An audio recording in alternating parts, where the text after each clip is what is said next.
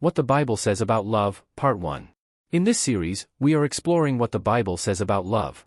Our journey begins with one of the most profound and central teachings in Christianity, found in the Gospels of Matthew and Mark, where Jesus discusses the greatest commandment. In Matthew 22 verses 36 to 40, we find a pivotal moment. Jesus is asked by a Pharisee lawyer, "Teacher, which is the greatest commandment in the law?" Jesus responds by quoting from the Old Testament, specifically Deuteronomy 6 verse 5 and Leviticus 19 verse 18. He says, "Love the Lord your God with all your heart and with all your soul and with all your mind." This is the first and greatest commandment. And the second is like it, love your neighbor as yourself. All the law and the prophets hang on these two commandments. Similarly, in Mark 12 verses 30 to 31, Jesus reiterates this teaching. Here, he adds strength and reiterates the comprehensive nature of this love: love the Lord your God with all your heart and with all your soul and with all your mind and with all your strength.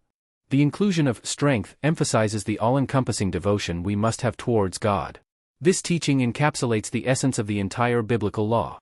It simplifies and yet magnifies the core of what it means to live a life pleasing to God. The first commandment calls us to love God fully and completely. This love is not just an emotion but an active, all-encompassing commitment. It involves our heart, soul, mind, and strength. It's about dedicating our innermost being and our daily actions to God. It means prioritizing Him above all else and aligning our will with His.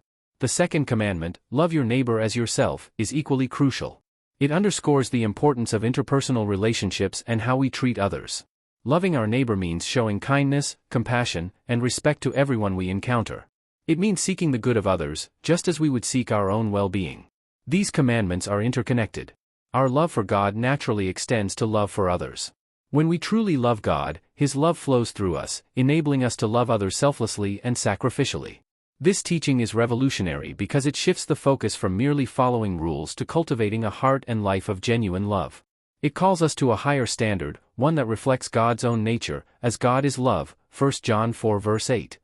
In conclusion, the greatest commandment to love God and love our neighbors encapsulates the essence of the Christian faith.